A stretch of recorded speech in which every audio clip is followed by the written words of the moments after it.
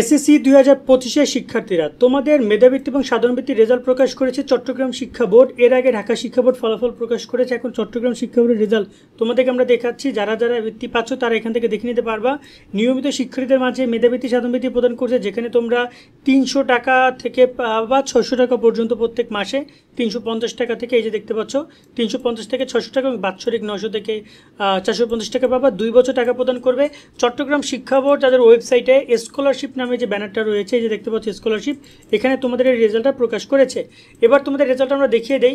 Result huge পরিমাণ শিক্ষার্থী চট্টগ্রাম বোর্ডের শিক্ষার্থীরা পেয়েছো, প্রায় 60টা পেজে কয়েকশো প্রত্যেকটা পেজে 42 জন শিক্ষার্থীর নাম এখানে দেখতে পাচ্ছ যে কারা কারা এখানে বৃত্তি পাচ্ছ। 1 নম্বর রয়েছে নিবৃ কর্মকার রয়েছে সায়েন্সের, তো এখানে নরসিংদী গভর্নমেন্ট কলেজ থেকে দেখাচ্ছে, নাসিরাবাদ গভর্নমেন্ট কলেজ থেকে দেখাচ্ছে।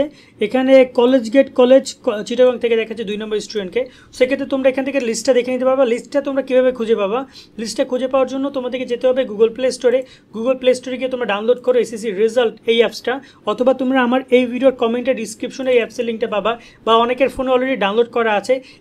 এই অ্যাপসে তোমরা আসবা, আসার পরে তোমরা এখানে বোর্ড বৃত্তি অপশন পাবা, সেখানে ক্লিক করবা।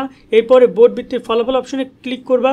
ক্লিক করার পর এখানে তুমি চট্টগ্রাম বোর্ড পাবা 2 নম্বরে। এটার উপরে ক্লিক করলে চট্টগ্রাম বোর্ডের পিডিএফ আকারে রেজাল্টটা চলে আসবে, যেখান থেকে তোমরা রেজাল্টগুলো দেখে নিতে পারবা। ঠিক এই যে একটু যে আমরা পিডিএফটা দিলাম সেটা অলরেডি সেখানে দিয়ে দেওয়া হয়েছে। আশা করি তোমরা বুঝেছো তো তোমরা কেমন কি রেজাল্টটা দেখতে পারবা।